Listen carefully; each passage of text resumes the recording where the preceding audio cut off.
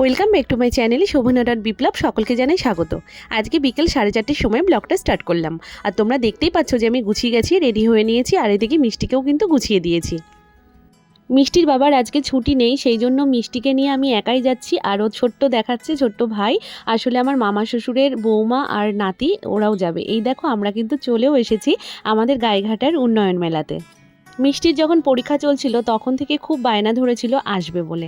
অনেক দিন ধরেই মিষ্টির বাবাকে বলছি, যথারীতি মিষ্টির বাবার ছুটিই হচ্ছে না। সেই জন্য ভেবে দেখলাম মেলা তো শেষ হয়ে যাবে, যথারীতি মিষ্টিকে নিয়ে ঘুরিয়ে নিয়ে আসি। মিষ্টির বাবার কবে ছুটি হবে সেই আশায় বসে থাকলে মিষ্টির আর মেলা দেখা হবেই না।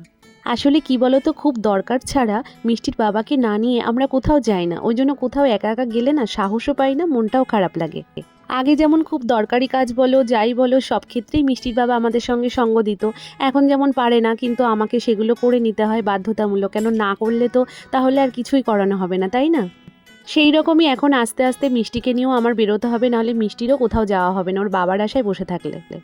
এখন আস্তে আস্তে বুঝতে পারছি যে অনেক মারাই কিন্তু তাদের হাজবেন্ডকে ছাড়া বাচ্চাদেরকে নিয়ে অনেক জায়গায় যায়, বাচ্চাদের একটু ভালো লাগার জন্য।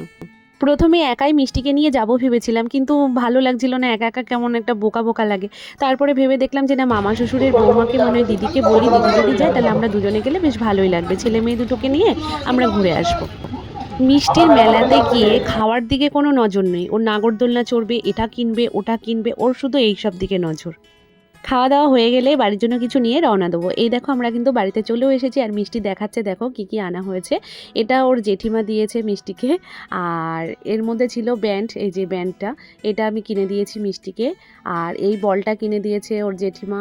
আর এই ক্লিপটা আমি কিনেছি, হেয়ার ব্যান্ডটা মিষ্টিকে আমি কিনে দিয়েছি। এক পাতা টিপ কেনা হয়েছে, তারপরে ক্লিপ কিনে দিয়েছি মিষ্টিকে 2 জোড়া। আর এই দেখো গার্ডারগুলো কিনেছি, ওর চুল বাঁধতে লাগে। আর একটা বার নিয়েছি, কান গোছানোর বার। দিদিকে আমি একটা ক্লিপ কিনে দিয়েছিলাম, আর আমাকে একটা ক্লিপ কিনে দিয়েছিল। আর বাড়ির জন্য বাদাম আর পাঁপড় ভাজা এনেছিলাম। আর বাড়িতে এসে যথারীতি আমি ড্রেস চেঞ্জ করিনি, মিষ্টিকেও ড্রেস চেঞ্জ করাইনি। মিষ্টি ফোনে গেম খেলছিল, আর আমি কটা শর্ট ভিডিও করে নিয়েছিলাম, ওকে পড়তেও বসাইনি। কারণ দুপুরবেলায় পড়িয়ে নিয়েছিলাম, জানি বাড়ি আসতে রাত হয়ে যাবে, তখনও পড়তে চাইবে না। আর তারপরে আমি রান্না করতে গেছিলাম, রান্না করতে করতে বাবা আর মিষ্টির বাবা চলে এসছে। দেখো আমি রান্না করছিলাম, লাস্ট ভাতটা হলে হয়ে যায়। ভিডিও করতে হলে আমাকে এইভাবেই ভিডিও করতে হয়, তাহলেই ভিডিও করা হয়, না হলে হয় না। যাই হোক, আমি রান্নাঘর থেকে ঘরে এসে আমি মিষ্টিকে বলছি দাদান এসেছে, ও বিশ্বাসই করছিল না। তারপরে যখন ও দেখলো সরাসরি, তারপরেও বিশ্বাস করলো হ্যাঁ দাদান এসেছে। তার আগে ওকে ড্রেস চেঞ্জ করে দিয়েছিলাম, ও দেখো এই দেখো জড়িয়ে ধরেছে দাদানকে। দাদানকে দেখাচ্ছে আমি মেলা থেকে বল এনেছি, কি কি এনেছে না এনেছে ওগুলো সব দেখাচ্ছিল। আজকের ব্লগটা এই পর্যন্ত। Good night, by.